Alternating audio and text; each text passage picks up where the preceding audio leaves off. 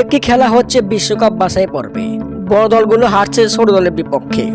দলের সেরা তারকা থাকা সত্ত্বেও ব্রাজিল হারল প্যারাগুয়ের বিপক্ষে 1-0 গোলে। গতকাল ব্রাজিলের কোচ ডরিবাল জুনিয়র চ্যালেঞ্জ করেছিল 2026 বিশ্বকাপে ব্রাজিল ফাইনাল খেলবে, কিন্তু আজ হলো উল্টোটা।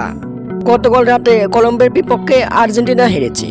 দর্শক, বিশ্বকাপ বাছাই আর্জেন্টিনার দ্বিতীয় ম্যাচে কলম্বিয়ার বিপক্ষে গতকাল রাত 2:30 মাঠে নামে। কলম্বিয়ার কাছে হারল আর্জেন্টিনা। 2-1 গোলে হারিয়ে কোপার ফাইনালের প্রতিশোধ নিল কলম্বিয়া। সমর্থকরা রাত জেগে আর্জেন্টিনার খেলা দেখেছে। আর্জেন্টিনার সমর্থকদের রাত জাগার দাম দিতে পারল না। কলম্বিয়ার কাছে কুপোকাত হলো স্ক্যালোনির শীর্ষরা। আর্জেন্টিনার হারে খুশিতে আত্মহারা ব্রাজিল সমর্থকরা। তবুও আর্জেন্টিনার শীর্ষে রয়েছেন। 12 ম্যাচে অপরাজিত থাকার পর হারের স্বাদ পেল আর্জেন্টিনা। দুর্দান্ত পারফর্ম করেছে কলম্বিয়া। আর্জেন্টিনার দলে নেই সেরা তারকা লিওনেল মেসি, যার কারণে আজ হারের দেখা পেল।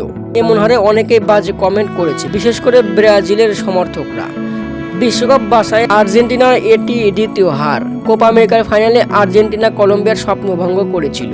সেই ক্ষোভ ধরে বিশ্বকাপ বাছাই আর্জেন্টিনাকে হারিয়ে প্রতিশোধ নিল কলম্বিয়া। এমন ম্যাচ হারে দুঃখ প্রকাশ করল আর্জেন্টিনা। বিডি নিউজ, হৃদয় হাসান।